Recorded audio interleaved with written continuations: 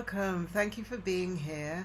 In this conversation that I'm having with Jane Alexander, we're doing light work. So we're doing work to shift energy and to place divine consciousness, like weaving divine consciousness into the areas that are dense.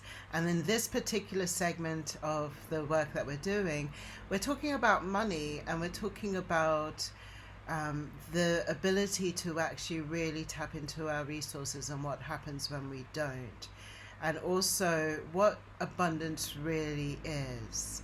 So this is a story of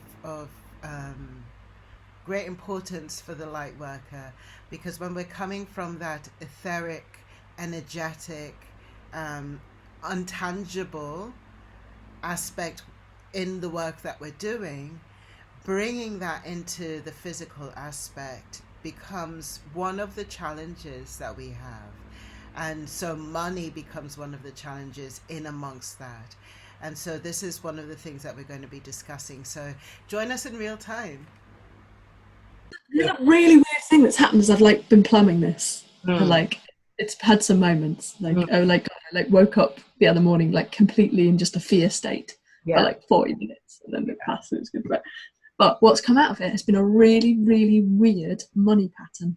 Mm. There's some yucky attachment to money that sits in this hip, and there's got these tendrils that go into this elbow and then down this hand and into my injured toes. And I'm just and it will not fuck off. And it's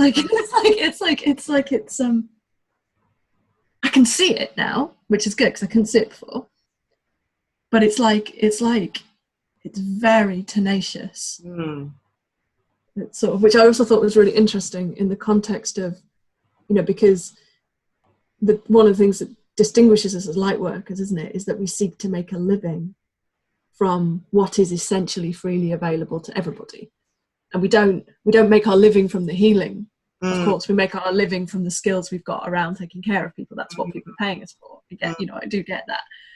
But lots of most people's spiritual lives, or their sense of the divine, is not wrapped up in their income. Yeah, there is that, but then there's also a skill base that actually, when you recognize you have it, it's easier for you to allow yourself to have reciprocity around it. So basically, and it takes ages to recognize when you have it. So it's that sort of, and I'm not saying that to say that I have it, because it's still a work. It's always like a work in progress, right?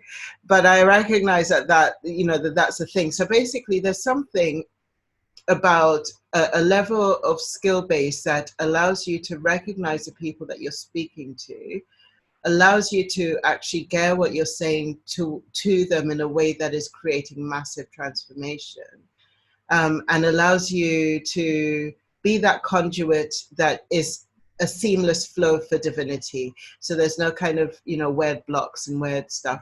So then there's a lot of that you would have done, and that you're continuously doing to shift stuff out of the way in order to actually be that conduit.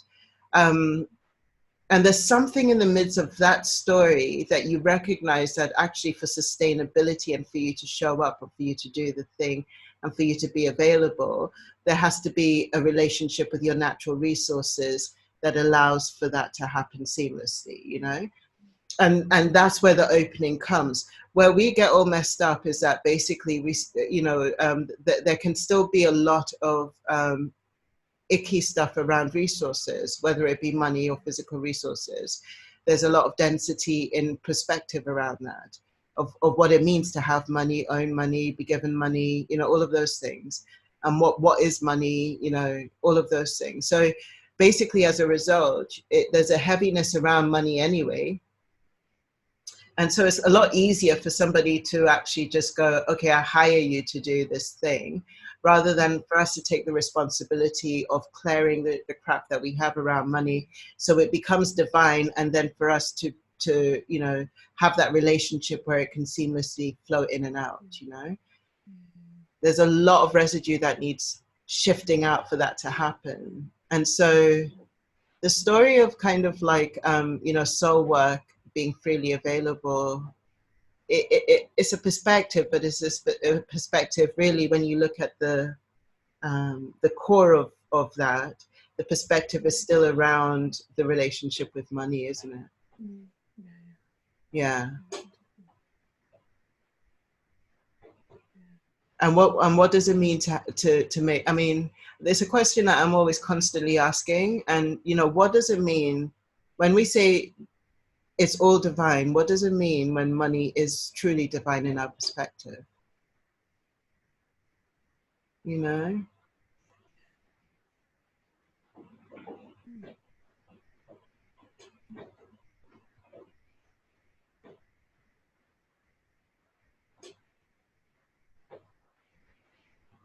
It's interesting. It's like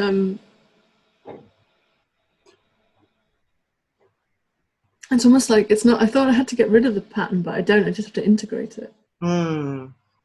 Mm. Mm. Hmm. Mm. Do you want to expand on that a bit? So it was just like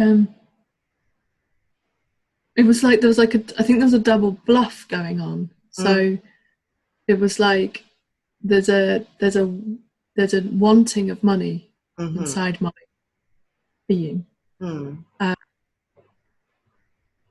which is about wanting freedom to create.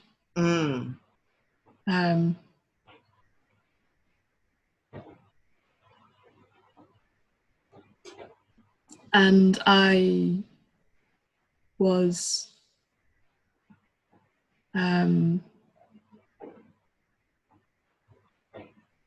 in some sort of strange denial of it, I think.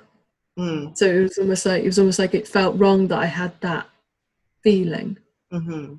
And that's the problem, not the feeling in and of itself. So then I was approaching this pattern that I've become aware of as if the pattern was something that needed to be released, if you like. But what I'm realizing is the pattern is not what I can feel in my body. It's actually the walls that make that energy, that money energy, if you like. It's like it's made it stuck. So if I'm with where I can feel that energy in my body, and I sort of have a sense of releasing the resistance, the shame around needing things materially, or wanting to create physically. It's just how it's playing out for me, I think. Then I think that will free that energy up to integrate itself. So therefore it can be sort of harnessed by, you know, we were talking about calling, aren't we? So it can be harnessed by calling. Ooh, that's quite fun.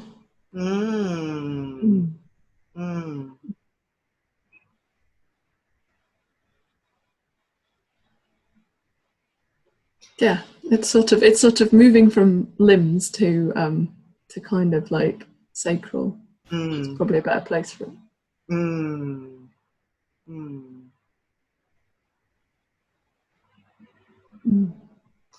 It's interesting. It's interesting that you're bringing money up, because I was feeling into my own pattern this morning around money.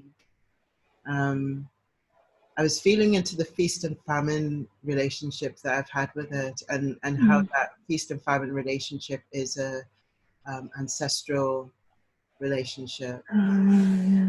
You know, there's having and then not having, and having and not having. That there's a real and then I was feeling into, through my mum actually, I was feeling into that sort of sense of being in a really contracted state and then being given money, and then returning to that contracted state and then being given money. And it's always that sort of sense of like, it's always a return to the contraction. and how the contraction becomes a catalyst for the expansion, but then it becomes the catalyst also for another contraction. You know?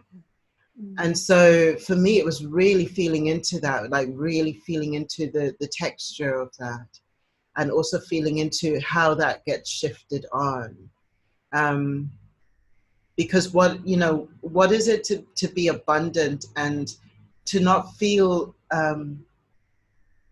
it's kind of like the same kind of feeling that you'd feel when you're starving, when you're in the contracted state, you know? It's a bit like if you put a buffet in front of a starving person.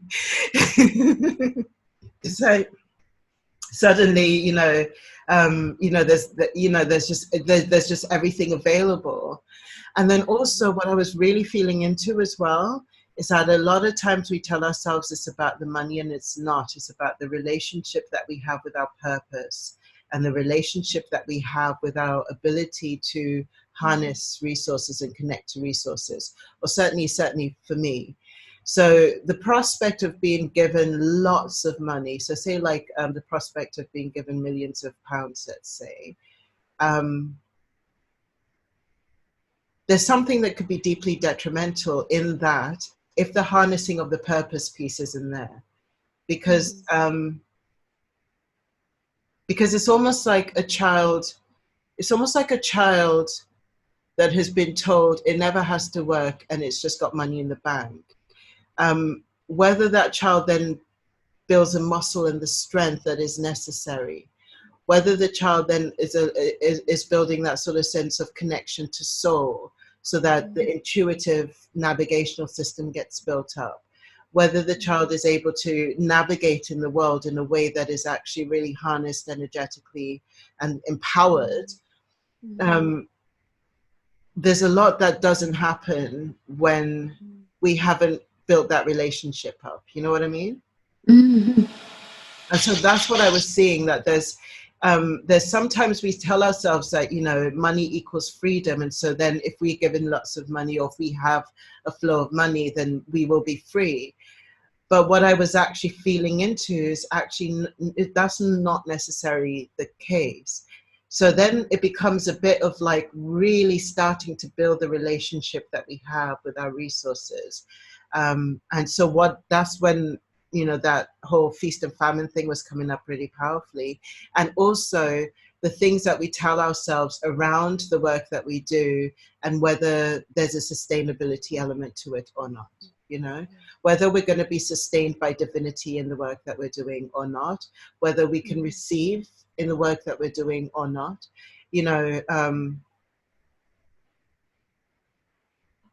I was kind of like playing with the idea of like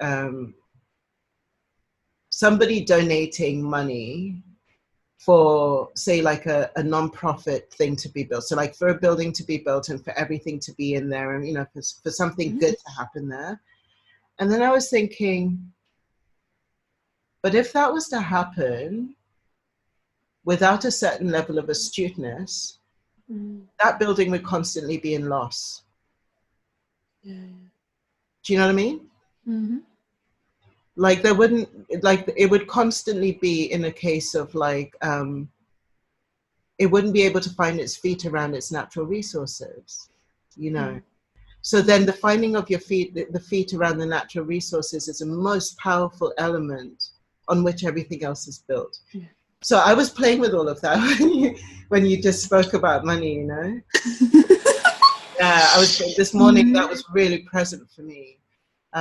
The resources element was really present for me, and the energetic shifts that have to be moved out of the way for us to really empower ourselves in how we stand around our resources.